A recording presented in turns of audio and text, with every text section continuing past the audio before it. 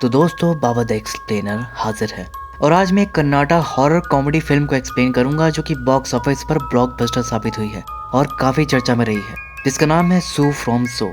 Film काफी अच्छी है और फिल्म में कई ऐसी चीजें हैं जो लोगों ने मिस कर दी और जानेंगे कन्नाडा की क्रीपी लोकल लेजेंड मास्थी के बारे में। तो चलिए अब बिना किसी देरी के जल्दी से वीडियो स्टार्ट करते हैं।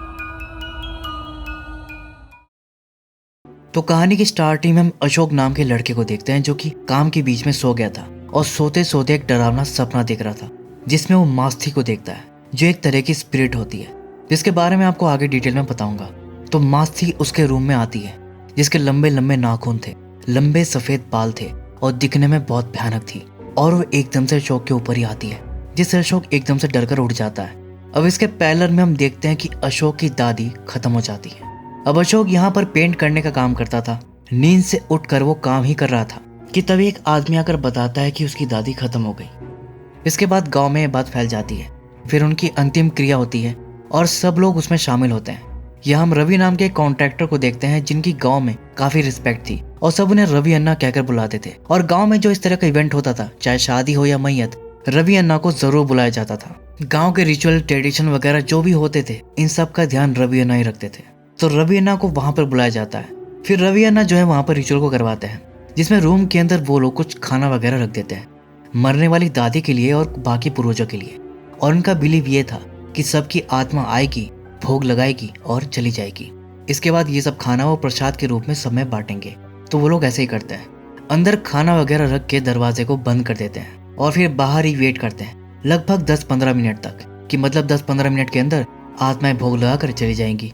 देन इसके बाद ही हम दरवाजा खोलेंगे। और रिचुअल को लेकर रवि अन्ना काफी स्ट्रिक्ट होते हैं। वो सबके फोन वगैरह भी बंद करवा देते हैं कि पूर्वजों को डिस्टर्ब नहीं होना चाहिए। अब इसी बीच वहां पर अशोक चैतारा नाम की लड़की को देखता है जिसे वो काफी टाइम से यहाँ पर नोटिस कर रहा था, मतलब इन सब रिचुअल के बीच। और वो चैतारा को पसंद करने लगा था। वो चैतारा को स्माइल करके देख रहा था, बदले में चैतारा भी स्माइल पास कर देती है। ये देखकर उसे लगता है कि चैतारा भी इंटरेस्टेड है। उसके दोस्त लोग भी ये नोटिस कर रहे थे और उनके कहने पर अशोक क्या करता है कि पर्ची में अपना नंबर लिखकर चैतारा के पास गिरा आता है।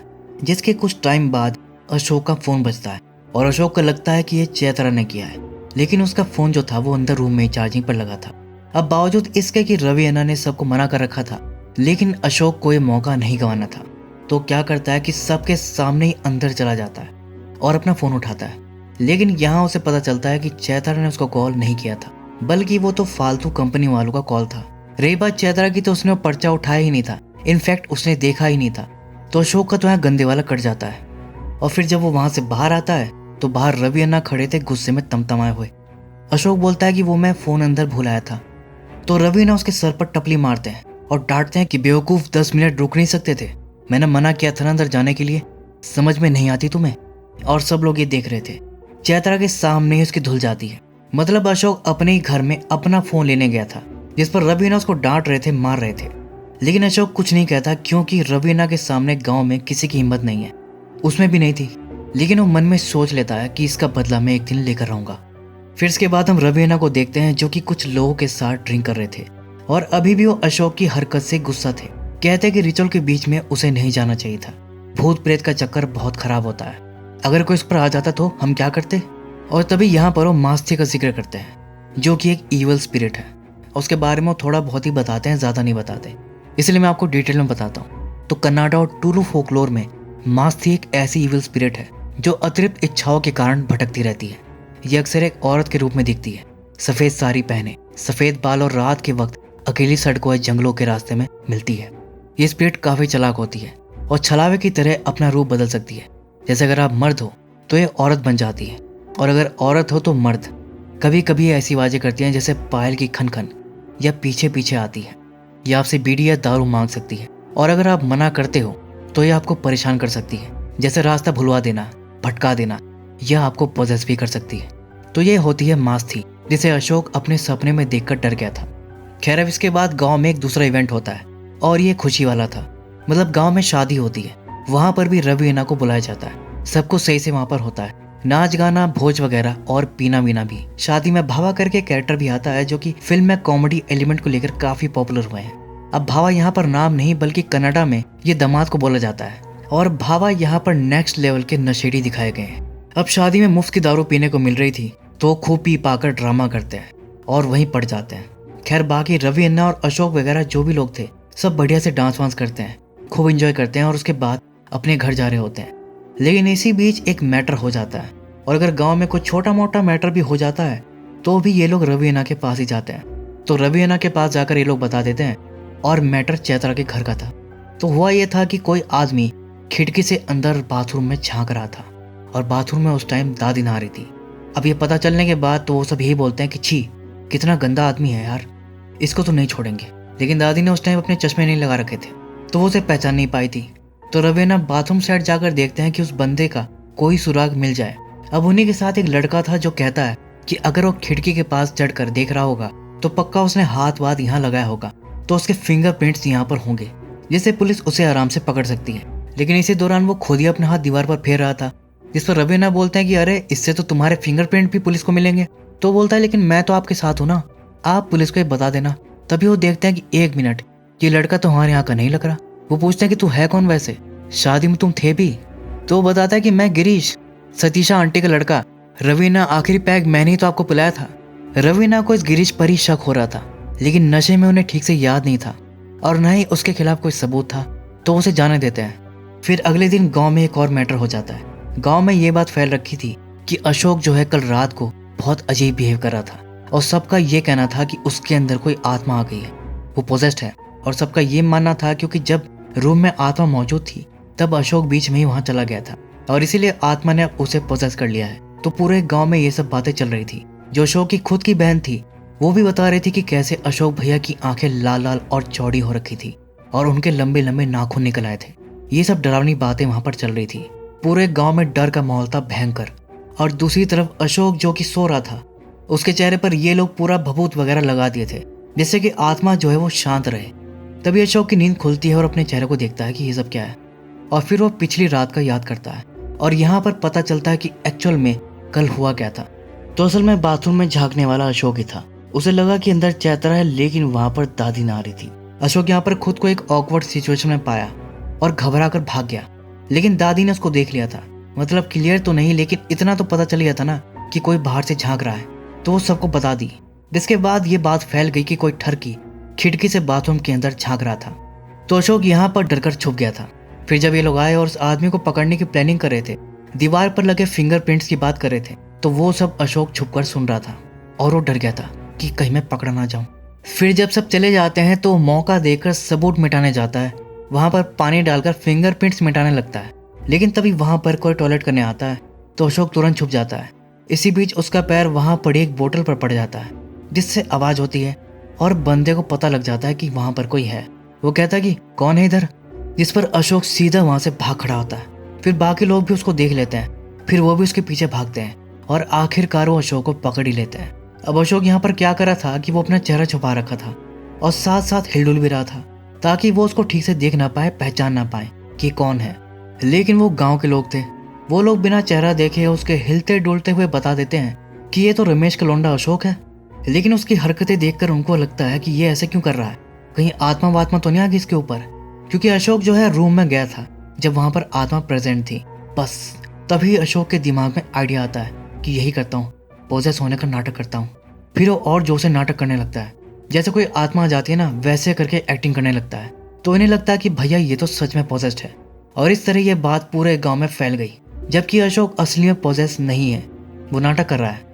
लेकिन फिर उसकी बहन को उसके अंदर भूत क्यों दिख रहा था, वो क्यों कह रही थी कि उसके लंबे लंबे नाखून निकल आए थे, तो इसका रीजन काफी डीप है जो मैं आपको आगे समझाऊंगा। खैर अब यहाँ पर अशोक को इसका अंदाजा नहीं था कि गांव में किस तरह का खौफ का माहौल है उसको लेकर। तभी वहां पर अशोक को देखने एक दादी आती है, जो अशोक का चेहरा देखती है तो डर कर भाग जाती है क्योंकि उसका चेहरा ही ऐसा दिख रहा था। फिर और लोग उसके रूम में आते हैं देखने के लिए, तो वो लोग भी उससे डर रहे थे, जिससे अशोक समझ जाता है कि मतलब उसकी आत्मा वाली बात जो है वो चल गई है। सब लोगों ने मान लिया है कि उसके अंदर आत्मा आ गई है, इसलिए लोग उससे डर रहे हैं। खैर वो अपना चेहरा वगैरह धो लेता है और जब ये लोग देखते हैं कि उस पर से भभूत हट गया है तो उन्हें लगता है कि ये सब भभूत वगैरह इस पर ज्यादा टाइम तक असर नहीं करेगा, मतलब इन सब से काम नहीं चलेगा, हमें किसी प्रीस्ट को बुलाना पड़ेगा और वो इसके अंदर से आत्मा को निकालेगा। तो ये सब बातें यहाँ पर होनी शुरू हो गई थी। अब गांव में यहाँ जो बड़ा प्रीस्ट था जो ये सब किया करता था, वो अब खत्म हो चुके थे। उनका बेटा प्रसाद था, तो वो लोग उसी से बात करते हैं, कहते हैं कि वो ये करे। लेकिन प्रसाद को ये सब आता ही नहीं था, मतलब उसने वो सब चीजें नहीं सीखी थी। फिर ये लोग उसे फोर्स करते हैं कि भाई तुम उनके बेटे हो, तुम्हारे पास कुछ तो टैलेंट होगा, कुछ तो तुम कर सकते हो। अब भले ही प्रसाद खुद डर रहा था, उसको ये सब बिल्कुल भी नहीं आता था, वो कभी किसी आत्मा का सामना नहीं किया था। लेकिन गांव वाले उसे इतना फोर्स करते हैं कि ना चाहते हुए भी उसे सब करने के लिए तैयार होना पड़ता है। फिर डरते डरते वो अशोक के पास आता है। लेकिन जैसे ही अशोक देखता है कि ये लोग प्रसाद को पंडित बनाकर लाए हैं उसके अंदर का भूत निकालने के लिए, तो वो दरवाजा बंद करके जोर जोर से हंसने लगता है। और अशोक की हंसी यहाँ पर कुछ कुछ चुड़ैल की तरह साउंड करती थी। और ये लोग पहले से डरे हुए थे, तो उनको और ज्यादा डरावनी करके सुनाई दे रही थी। और इन्हें लगता है कि ये इसके अंदर की जो भूत है वो ऐसे हंस रही है, कोई खतरनाक आत्मा इसके अंदर आ गई है। अब प्रसाद से वो लोग बोलते हैं कि इससे पूछो कि ये कौन है। तो डरते डरते वो पूछता है कि सुनिए आत्मा जी, आप कौन हैं, किसकी आत्मा है। अब रूम के अंदर कंचना का पोस्टर लगा था और अब बाहर आकर उससे मिलता जुलता नाम बोल देता है। कहता कि मैं हूं कल्पना, और भयानक सा एक्सप्रेशन बनाकर सबको दिखाता है और अंदर चला जाता है। अब वो लोग इतना डरे हुए थे कि वो क्या बोला वो सुन भी नहीं पाए थे ठीक से। वो एक दूसरे से ही पूछते हैं कि ये भूत क्या बोली थी। तो एक आंटी कहती कि शायद उसने सुलोचना बोला था। लेकिन फिर वो सोचते हैं कि सुलोचना नाम का तो कोई हमारे परिवार में है ही नहीं, मतलब ये कोई बाहर की आत्मा है। तो लोग प्रसाद से कहते हैं कि इससे पूछो कि ये कहाँ से आई है। तभी अशोक बाहर आता है और ऐसे हाथ करके जाने का इशारा करता है और दरवाजा बंद कर लेता है। लेकिन उनको लगता है कि आत्मा उनकी फैमिली की तरफ पॉइंट करके कुछ बताना चाहिए। अब फैमिली के फ्यूनरल वगैरह सोमेश्वर में होते थे, तो उन्हें लगता है कि आत्मा वहीं से अशोक पर लगी है, ना कि खाने वाले रिचुअल के दौरान। तो क्योंकि सुलोचना की आत्मा सोमेश्वरा से थी, यानी कि सुलोचना फ्रॉम सोमेश्वर, तो in short Sue from so. तो इस तरह इस फिल्म का आइकॉनिक टाइटल बना। अब जैसे कि मैंने बताया कि कोई भी कांड होता है तो रवि अन्ना को जरूर इन्वॉल्व किया जाता है। फिलहाल रवि अन्ना गांव में मौजूद नहीं थे और सब उन्हीं के आने का वेट कर रहे थे, क्योंकि नौसिखे प्रसाद से तो काम नहीं चल रहा था, उल्टा सबसे ज्यादा तो वही डर रहा था। हालांकि रवि अन्ना को जब पता चलता है तो खुद भी डर रहे थे, जबकि लोगों का मानना था कि रवि अन्ना किसी से नहीं डरते, उल्टा सब उनसे डरते हैं। फॉर एग्जाम्पल, अगर उनके सामने 20 आदमी हो और सामने रवि अन्ना अकेले खड़े हों, तब भी वो 20 लोग उनसे डरकर भाग जाते हैं। तो गांव में ऐसा भौकाल है रवि अन्ना का। अब गांव वाले रवि अन्ना पर इतना भरोसा करते थे, तो डरने के बावजूद भी वो सुलोचना से बात करने आते हैं। अब वो अशोक को सुलोचना समझकर ही उससे बात कर रहे थे कि देखो तुम्हें कोई भी प्रॉब्लम है, इच्छा है तो हमें बताओ, हम तुम्हारी इच्छा पूरी करेंगे, सब ठीक हो जाएगा। और दिलासा टाइप सा देते हुए उसकी बैग पर हल्का सा ऐसे ही थपकी जैसा मारने लगते हैं। तभी अशोक के दिमाग में खुरापात सोचती है कि बड़ा चौधरी बना फिरता है ना, अब दिखाता हूँ तुझे। और अचानक उठकर रवि अन्ना का हाथ पकड़कर मरोड़ देता है। कहता है कि तुझे शर्म नहीं आती, औरत पे हाथ डालता है, और खींच के 3-4 झापड़ लगा देता है। मतलब भूत की आड़ में वो रवि अन्ना पर हाथ साफ कर दिया था और अपना बदला ले लिया था। लेकिन रवि अन्ना को यहाँ पर गुस्सा आ जाता है, तो अशोक बेहोश होने का नाटक कर लेता है। अब ये जो कांड हुआ था, इससे रवि अन्ना की इज्जत का पूरे गांव में कचरा हो गया था। रवि अन्ना देखता है कि हर कोई उनका मजाक बना रहा था, उनको सुना रहा था। अब रवि अन्ना जो थे वो अब तक सिंगल थे। इसी पर जो बड़े लोग थे वो उसे तंज कसते हैं कि तुम्हें शादी कर लेनी चाहिए। अब बताओ, ये नौबत आ गई कि भूतनी को छेड़ दिए और मार भी खा लिए। खैर, अब इसके बाद क्या होता है कि गांव वाले बाहर से एक प्रीस्ट को बुलाते हैं, जिनका नाम था करुणाकर गुरुजी। वो एक टीवी सेलिब्रिटी थे और काफी फेमस थे। लेकिन क्योंकि रवि अन्ना की उनसे जान पहचान थी, इसलिए रवि अन्ना की रिक्वेस्ट पर वो गांव आ जाते हैं। और फिर गुरुजी भूत भगाने का इन सबको उपाय बताते हैं। और इनका उपाय भैया इतना भयानक था कि भूत सुन ले तो डरकर वैसे ही बॉडी छोड़ दे। तो सुनिए पहला उपाय, जिसमें गांव में जो कीचड़ में उगने वाला पौधा है उसको निकाल कर उसकी जड़ को पीस पास के उसका जूस बनाकर इसको पिलाए, जिससे उल्टी करेगा और उल्टी के साथ भूत भी निकल आएगा। फिर भी आत्मा नहीं निकलती तो लेवल 2, जिसमें 2-3 किलो के 3-4 पत्थर लो, उसको अशोक की बॉडी पर बांधो, उसकी बैग पर हुक घुसा कर उसे लटका दो, तब आत्मा निकल जाएगी। और अगर तब भी आत्मा नहीं निकलती तो मंदिर के सामने अंगारे बिछाकर उसको लेटा दो, तब डेफिनेटली आत्मा निकल जाएगी। अब सुलोचना का तो पता नहीं, लेकिन ये सब करके अशोक की आत्मा जरूर बाहर निकल जाएगी। और वैसे भी वो सच में पोजेस तो था नहीं। अंदर से वो ये सब सुनकर डर गया था कि अरे बाप रे, ये क्या बता रहे हैं, ये सब करके तो मुझे मार देंगे, ये मैं कहाँ फंस गया। लेकिन अब वो कहाँ रुकने वाले थे। ये लोग पहला रिचुअल स्टार्ट करते हैं, अशोक को पकड़कर बांध देते हैं, और जैसे किसी झोटे को किसी बैल वैल को बांधा जाता है ना, वैसे। और फिर उसको कीचड़ विचड़ वाला गंदा जूस पिलाते हैं, उसकी ऐसी तैसी कर देते हैं। और वो इतने से भी नहीं रुकते, फिर वो वही हुक वगैरह लेकर आते हैं उसको लटकाने के लिए। लेकिन वो देखकर अशोक बेहोश हो जाता है। इसके बाद ये लोग उसको रूम में ले जाकर वापस बंद कर देते हैं। अब अशोक को जैसे ही होश आता है तो बचने के लिए वो क्या करता है कि तुरंत पूजा करने लगता है। और जब ये अशोक को पूजा करते हुए देखते हैं तो उन्हें लगता है कि अशोक के अंदर से अब आत्मा चली गई, वो नॉर्मल हो गया है। और इसका क्रेडिट सब गुरुजी को देते हैं कि उनके उपाय से ये हुआ, जिस पर गुरुजी की खूब तारीफ और जय जयकार होती है और अब बहुत खुश होते हैं और फिर चले जाते हैं। तो अब सब कुछ नॉर्मल हो चुका था और गांव वालों को लगता था कि अशोक के अंदर से अब आत्मा चली गई है और अशोक अपनी लाइफ फिर से नॉर्मल तरीके से जीने लगता है। फिर इसके बाद वो अपने काम पर जाता है, लेकिन तभी खिड़की से वो रवि अन्ना को देखता है और ये सोचने लगता है कि कैसे उसने रवि अन्ना को भूत की एक्टिंग करके उसको पीटा था। ये सोचकर वो जोर जोर से हंसने लगता है।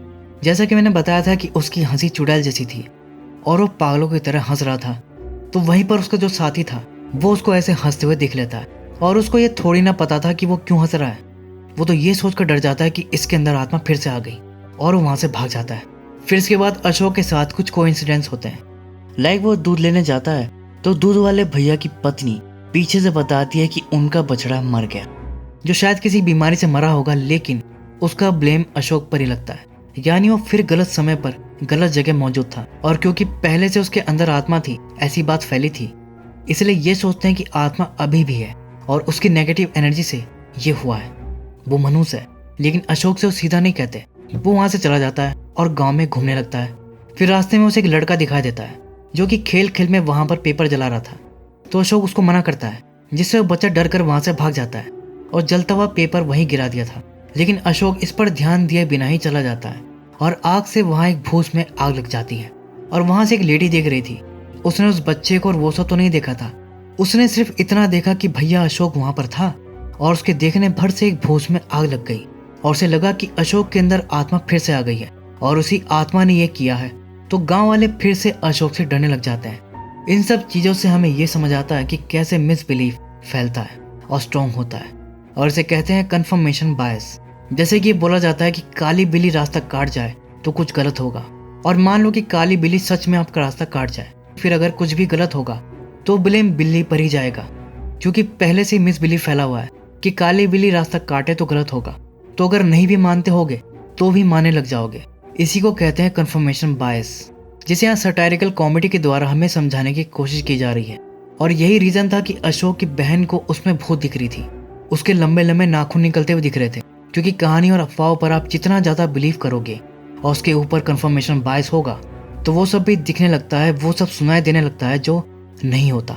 इसलिए अशोक की बहन को वो सब भ्रम हुआ था। खैर अब कहानी को आगे बढ़ाते हैं। तो कन्फर्मेशन बायस से गांव में बात फैल गई थी कि अशोक के अंदर फिर से सुलोचना आ गई है, जिससे सब डरे हुए थे। तो अब करुणाकर गुरुजी को फिर से बुलाया जाता है, जिससे अशोक डर जाता है कि अब इस पर खतरनाक रिचुअल करके इसे मार देंगे। वो सीधा बोलता है कि गुरुजी मुझे कुछ नहीं हुआ, मैं ठीक हूँ, मेरे अंदर कोई आत्मा वात्मा नहीं है। जिस पर गुरुजी पता है क्या बोलते हैं, उल्टा कहते हैं कि अरे आत्मा तो एक्टिंग भी करती है। उनका कहना था कि अशोक पॉजेस्ड ही है, लेकिन ये आत्मा बहुत चालाक है जो खुद को नॉर्मल दिखाने का नाटक कर रही है, लेकिन मेरे सामने तुम्हारी ये चालाकी नहीं चलेगी। मतलब देख लो, भूत बनने की एक्टिंग अशोक किया, लेकिन ये लोग मान रहे हैं कि भूत अशोक बनने की एक्टिंग कर रहा है। यानी कि अशोक अब गंदा वाला फंस चुका था। तो ये लोग अब उसकी नहीं सुनते और पकड़कर फिर से रूम में बंद कर देते हैं। फिर गुरुजी कहते हैं कि अब हमें सुलोचना का पता लगाना पड़ेगा कि आखिर क्या रीजन है कि ये अशोक की बॉडी में बार बार आ रही है। फिर वो सबसे कहते हैं कि एक काम करो, सोमेश्वर जाकर इस सुलोचना का पता लगाओ। अब इसके लिए रवि अन्ना गांव के कुछ लोग के साथ सोमेश्वर जाते हैं और वहां पर सुलोचना नाम की औरत के बारे में पूछताछ करते हैं। और यहाँ पर सच में एक सुलोचना नाम की औरत निकल आती है जो कि 5 साल पहले मर चुकी थी। वो उसके घर में जाते हैं तो वहाँ सुलोचना की बेटी भानु उन्हें मिलती है और यहाँ पर ऐसा लगता है कि रवि अन्ना और भानु एक दूसरे को जानते हैं, लेकिन पास्ट में कुछ ऐसा हुआ है जिससे रवि अन्ना उसे बात करने से हिचकिचा रहे थे। वो कहते कि हम गलती से यहाँ आ गए और बात किए बिना सबके साथ वहां से लौट आते हैं और बाकी सबको अजीब लगता है कि रवि अन्ना ऐसा क्यों किए। मतलब इतनी मुश्किल से ये लोग सुलोचना के घर तक पहुंचे थे और ये बिना बात किए ही वापस चले आए। खैर ये लोग जाकर गुरुजी को बता देते हैं कि सोमेश्वर में एक सुलोचना थी जिसे मरे हुए 5 साल हो चुके हैं, तो क्या ये उसी की आत्मा है। तो गुरुजी कहते हैं कि बिल्कुल बेशक ये उसी की आत्मा है। लेकिन ये लोग कहते हैं कि पता नहीं क्यों रवि अन्ना उसकी बेटी से सुलोचना के बारे में कुछ बात किए बिना ही आ गए। इस पर गुरुजी खुद जाकर रवि अन्ना से बात करते हैं, पूछते हैं कि तुम बिना बात किए क्यों आ गए। तब रवि अन्ना यहाँ पर बताते हैं कि लगभग 15 साल पहले सुलोचना की बेटी भानु के साथ उनका रिश्ता होने वाला था, लेकिन वो शादी के लिए मना कर दिए थे क्योंकि उस टाइम भानु बहुत मोटी थी और ये पतले थे लेकिन अब सब उल्टा हो गया। रवीना खुद मोटे हो गए और वो पतली हो गई। अब गुरुजी समझने लगते हैं कि शायद यही रीजन है कि सुलोचना की आत्मा बार बार इस गांव में आ रही, वो तुमसे नाराज है। लेकिन रवीना गांव वालों को ये सब बताने से मना कर देते हैं, क्योंकि इससे रवीना खुद फंस जाते। एक तो पहले ही सुलोचना के चक्कर में उनकी धुल चुकी थी, और अब जब गांव वालों को ये पता चलता कि सुलोचना की आत्मा रवि अन्ना की वजह से इस गांव में आई है, तो रवि अन्ना की प्रॉब्लम सॉल्वर इमेज का कबाड़ा हो जाता। उल्टा सब उन्हें ट्रबल मेकर बुलाने लगते। इसलिए रवि अन्ना गुरुजी से कह देते हैं कि ये सब आप बात बिल्कुल बाहर मत बताना, अपने तक ही रखना। इसलिए गुरुजी किसी को भी नहीं बताते। दूसरी तरफ हम अशोक को देखते हैं, जिसको उसी के रूम में बंद करके रखा गया था और उससे कोई बात नहीं करता था। बस खाने के लिए या पानी देने के लिए वो लोग दरवाजा खोलते थे और तुरंत बंद करके भाग जाते थे। तो ये सब उसके साथ चल रहा था, जिससे वो खुद को बिल्कुल अकेला महसूस करने लगा था। अब अकेलापन उसको खा रहा था। काफी टाइम से वो किसी से बात नहीं किया था, अब उसका मन कर रहा था, तो वहां से बाहर निकलने की सोचता है। इत्तेफाक से छत का एक हिस्सा खुला था, तो वो वहीं से बाहर निकल जाता है। फिर गांव में घूमने लगता है और लोगों से बात करने की कोशिश करता है। लेकिन वो जिसे भी अपने पास बुलाता था कि भैया इधर आओ, या बात करने की कोशिश करता था, तो सब उससे डरकर भाग रहे थे। यहाँ तक कि जब वो अपने दोस्तों वगैरह से मिलने जाता है, तो वो लोग भी उससे डरने लगते हैं। ये लोगों से नॉर्मल बात करने के लिए निकलता है, लेकिन उसको देखकर तो भैया पूरा दहशत का माहौल छा जाता है। लोग उसको लाइफ थ्रेट समझ रहे थे। उनको लगता है कि आत्मा हमें मारने आई है। डर के मारे एक लड़के की तो ऐसी हालत हो जाती है कि उसे तेज फीवर हो जाता है, हॉस्पिटल में भर्ती करना पड़ता है। जिसके लिए उसकी माँ गुरुजी को सुनाने लगती है कि अगर मेरे बेटे को कुछ हो गया तो आपको छोड़ूंगी नहीं।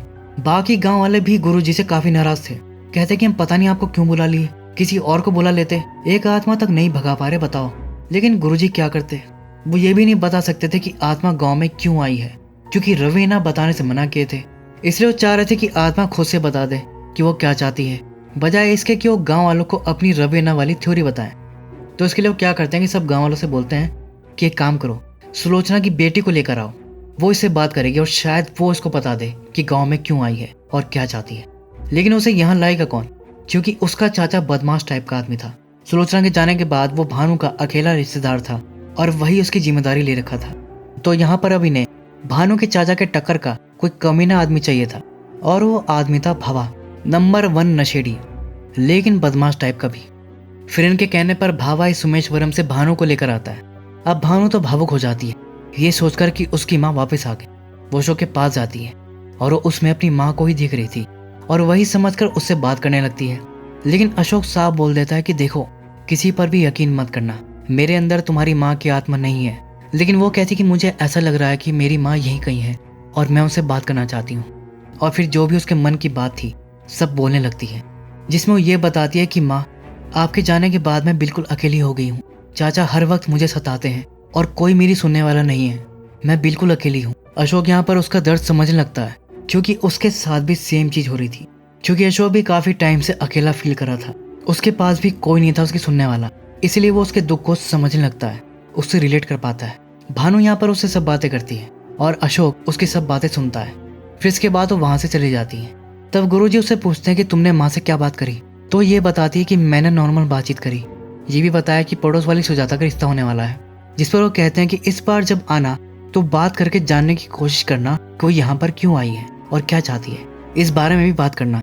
लेकिन अगली बार तो तब आएगी ना जब वो जाएगी। फिलहाल उसे वापस सोमेश्वर छोड़ना था। लेकिन भावा तो भाई अब तक पी पाकर पड़ चुका था। कोई भी बाहर वालों से पंगा लेने का दम नहीं रखता था, सिवाय रवि अन्ना के। लेकिन रवि अन्ना से बच रहे थे, उनके मन में पुराना गिल्ट जो था। लेकिन गुरुजी यहाँ पर चालाकी दिखाते हैं, कहते हैं कि मैं जाकर उसे बात करता हूँ। वो बात करते हैं और रवि अन्ना मना कर देते हैं। लेकिन वापस आकर सबसे कहते हैं कि रवि अन्ना भानु को छोड़ने के लिए कह रहे हैं।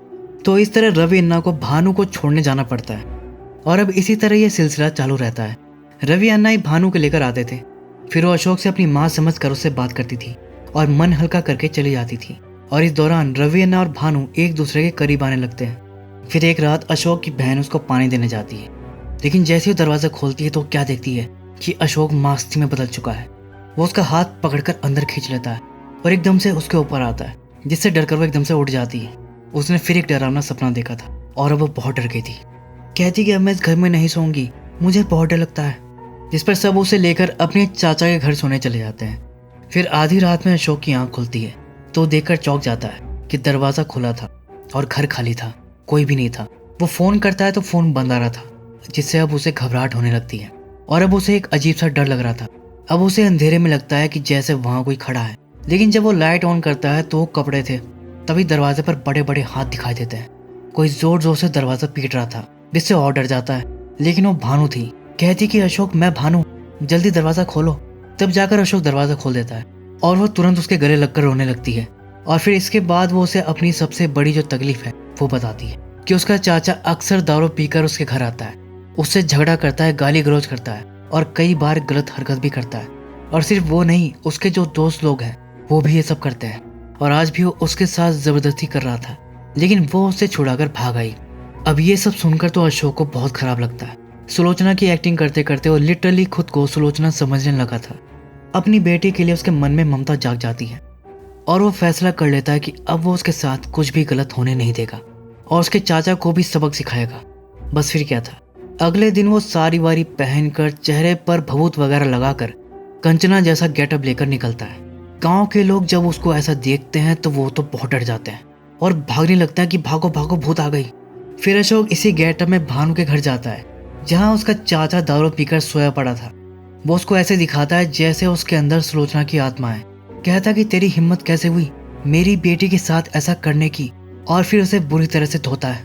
और फिर ये बोलता है कि मैं अपनी बेटी को यहाँ से लेकर जा रही हूँ, मेरी बेटी अब यहाँ नहीं रहेगी। वो उसे लेकर जाने लगता है, लेकिन तभी उसके चाचा के दोस्त लोग आ जाते हैं और वो गुंडे टाइप थे। वो लोग भूत वगैरह से भी नहीं डरते थे। जब वो देखते हैं कि ये उसके दोस्त को पीट दिया है, उसका सर्वर फोड़ दिया है, तो ये लोग अशोक को पकड़कर पीटने लगते हैं। अब अशोक के पीछे पीछे उसके गांव वाले भी आ गए थे। उसे पीटता देखकर उन्हें लगता है कि अभी उसके अंदर आत्मा नहीं है, इसलिए वो मार खा रहा है। तो उसे बचाने रवि अन्ना आते हैं और वो उनसे लड़ते हैं, लेकिन वो ज्यादा थे, इसलिए वो रवि अन्ना पर भारी पड़ रहे थे। इतने में अशोक भी फाइट बैक करने की कोशिश करता है, लेकिन उनका नंबर ज्यादा था, तो वो लोग इन पर भारी पड़ रहे थे। तब रवि अन्ना के साथ जो दूसरे गांव वाले थे वो भी मैदान में कूद जाते हैं। तब जाकर वो उन पर हावी होते हैं, लेकिन इसके बाद फिर रवि अन्ना सबको रोकने के लिए कहते हैं कि रुक जाओ। उसके चाचा को उसकी गलती रियलाइज कराते हैं कि तुम भानु को सताते हो, इसलिए उसकी माँ की आत्मा को मुक्ति नहीं मिल रही, वो भटक रही है और हमारे गांव के अंदर, हमारे लड़कों के अंदर आ रही है। सिर्फ तुम्हारी वजह से हमारा गांव इतना सब भुगत रहा है, इसलिए अब हम भानु को लेने आए हैं, हमें मत रोको, इसी में सबकी भलाई है। फिर इसके बाद वो लोग भानु को वहां से लेकर अपने गाँव आ जाते हैं। तभी अशोक सुलोचना बनकर गुरुजी से कहता है कि अगर आप चाहते हैं कि मैं अशोक की बॉडी छोड़कर इस गांव से हमेशा के लिए चली जाऊं, तो मेरी बेटी को इस गांव में ही रखना होगा, अच्छे से उसका ध्यान रखना होगा। लेकिन वो ऐसे ही किसके पास रहती, तो सोचते हैं कि इसकी शादी ही करवा देते हैं। अब भानु अंदर अंदर रवि अन्ना को पसंद करने लगी थी और रवि अन्ना भी भानु को, लेकिन वो हिचकिचा रहे थे। और अशोक ये नहीं बोलना चाहता था कि मैं चाहती हूँ कि रवि अन्ना मेरी बेटी से शादी करें, क्योंकि वो पहले उसे रिजेक्ट किया था। इसलिए अशोक चाहता था कि वो खुद से प्रपोज करे, लेकिन रवि अन्ना हिचकिचा रहे थे। और इतने में एक औरत भानु की शादी अपने बुढ़े भाई से करवाने की बात करने लगती है, जिससे भानु दुखी हो जाती है और रवि अन्ना को भी ये खराब लगता है। वो सोचते हैं कि मुझे स्टैंड लेना पड़ेगा, अब अगर मैं चुप रहा तो ये सही नहीं होगा। फिर रवि अन्ना खुद से आगे आकर भानु को प्रपोज कर देते हैं कि अगर वो चाहे तो मैं उससे शादी करना चाहता हूँ। और भानु तो चाहती थी। वो मुस्कुराकर हाँ में अपना सिर हिला देती है, जिससे पूरे गांव में खुशी की लहर दौड़ जाती है, क्योंकि रवि अन्ना शादी करने वाले हैं और सुलोचना की आत्मा भी अब जाने वाली है। फिर इसके बाद रवि अन्ना और भानु की धूमधाम से शादी हो जाती है। अशोक भी अपनी लाइफ अब नॉर्मल तरीके से जीने लगता है, क्योंकि सबने मान लिया था कि अब सुलोचना चली गई है। और फिर लास्ट में अशोक के दोस्त को याद आता है कि उसने उसे उधार दे रखा था, और जब वो उधार वापस मांगता है तो अशोक क्या करता है कि फिर से भूत बनने की एक्टिंग करने लगता है। कहता है कि उसने पैसे नहीं दिए तो क्या करोगे, जिससे वो लोग डर जाते हैं कि भागो ये तो कोई भूत है। और यहीं पर ये फिल्म दी एंड हो जाती है। तो हमने देखा कि अशोक जो पहले कितनी चीप टाइप की सोच रखता था, बाथरूम में लड़की है ये सोचकर झांक रहा था, वही बाद में एक औरत के मान के लिए लड़ा, जिसकी शुरुआत उसकी चीप हरकत से हुई थी। इससे बचने के लिए वो पोजीशन का नाटक किया और बच भी गया, लेकिन एक नई मुसीबत में फंस गया। अब सिचुएशन ऐसी बन गई कि एक औरत की आत्मा उसे पोजेस्ट की है, ऐसे ही उसे जीना पड़ रहा था। अब इसी दौरान वो एक औरत से मिला जो अपनी माँ समझकर उसे अपना दुख बताई, और अब वो उसके दुख को समझ भी पाया। महिलाओं की रिस्पेक्ट करने वाला और उनके मान के लिए लड़ने वाला बन गया। मतलब अशोक के अंदर से भूत नहीं निकला, क्योंकि वो कभी था ही नहीं, लेकिन उसके मन और दिमाग में जो मैल था वो निकल गया, उसका मन प्योर हो गया। तो दोस्तों ये थी सू फ्रॉम सू मूवी की कंप्लीट एक्सप्लेनेशन और ब्रेकडाउन। उम्मीद है कि आपको पसंद आई होगी, और अगर आपको मेरा काम पसंद आता है तो सपोर्ट दिखाते हुए वीडियो को लाइक ज़रूर कर दीजिएगा। तो फिर मिलता हूँ अगली वीडियो में, तब तक के लिए take care and keep watching.